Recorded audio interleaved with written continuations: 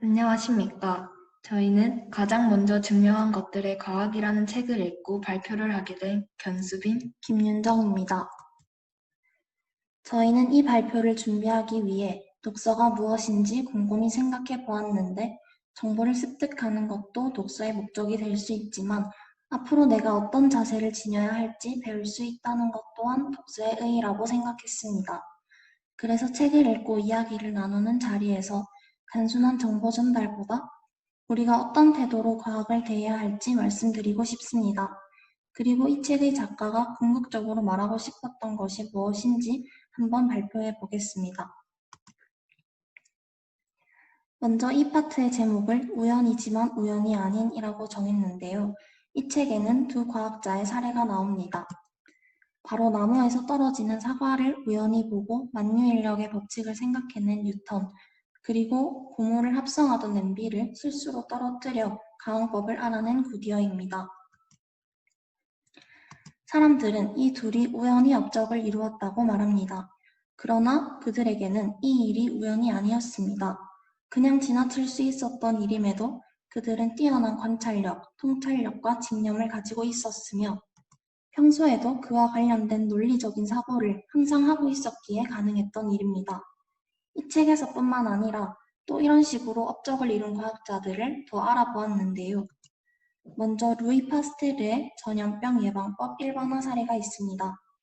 간단히 설명드리자면 그는 닭 콜레라균을 가지고 실험하다가 이전에 천연두 예방법을 개척한 에드워드 제너의 실험을 떠올리고 닭 콜레라의 병원군도 이와 비슷할 거라는 생각을 직관적으로 하였습니다. 그 결과 그는 백신을 만드는 데 성공하였고 스스로 준비된 자의 행운을 경험할 수 있었습니다. 그를 보고 사람들은 관찰의 영역에서 기회는 준비된 사람만이 잡을 수 있다라고 평가합니다. 두 번째로 알렉산더 플레밍의 페니실린 발견입니다.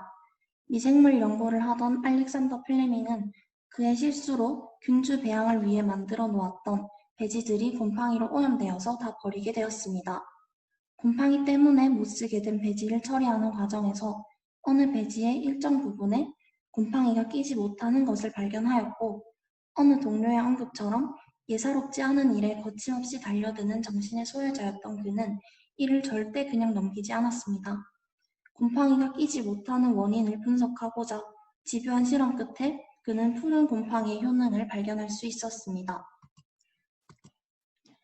리처드 고건의 천재들에게 찾아든 우연의 과학이라는 책에서 이와 비슷한 사례들을 많이 소개하고 있는데요.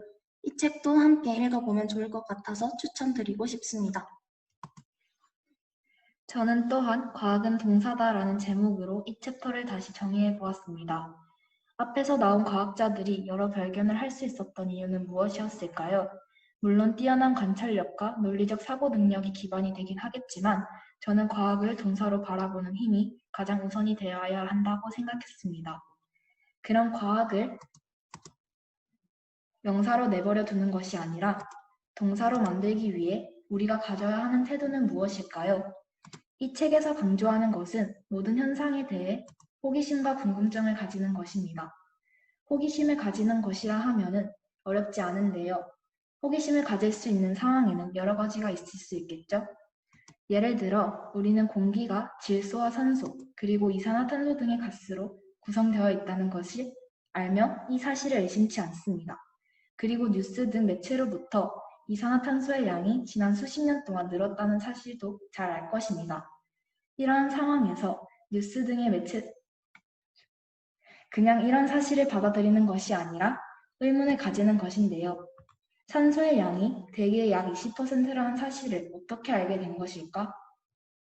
화석 연료를 태우면 산소의 양은 줄어들 수 있을까 등의 질문을 던져보는 것 또한 호기심을 가지는 태도라고 볼 수 있고, 또 다른 예로는 코스모스를 쓴 칼 세이건의 첫 번째 부인인 닐 마굴리스는 미토콘드리아 혹은 엽록초의 기원이 세균이라는 사실을 이론화한 과학자입니다. 그런데 여기에도 전생이 세균인 미토콘드리아가 세포를 벗어나 혈액 속을 돌아다니면 세균처럼 감염 상태를 유도할 수 있을까요? 라는 의문을 가지는 것 또한 마찬가지 경우이겠죠. 앞에 과학적인 내용 관련된 질문뿐만 아니라 어린 아이들이라면 한 번쯤은 다 물어봤을 법한 질문인 아이는 어떻게 생겨요? 왜 우리는 밥 먹을 시간쯤이면 배에서 꼬르륵 소리가 나나요?와 같은 일상적인 일에서도 의문을 가질 수 있겠죠. 이렇듯 저희가 하고 싶은 말은 호기심을 가지는 태도가 매우 중요하다는 것입니다.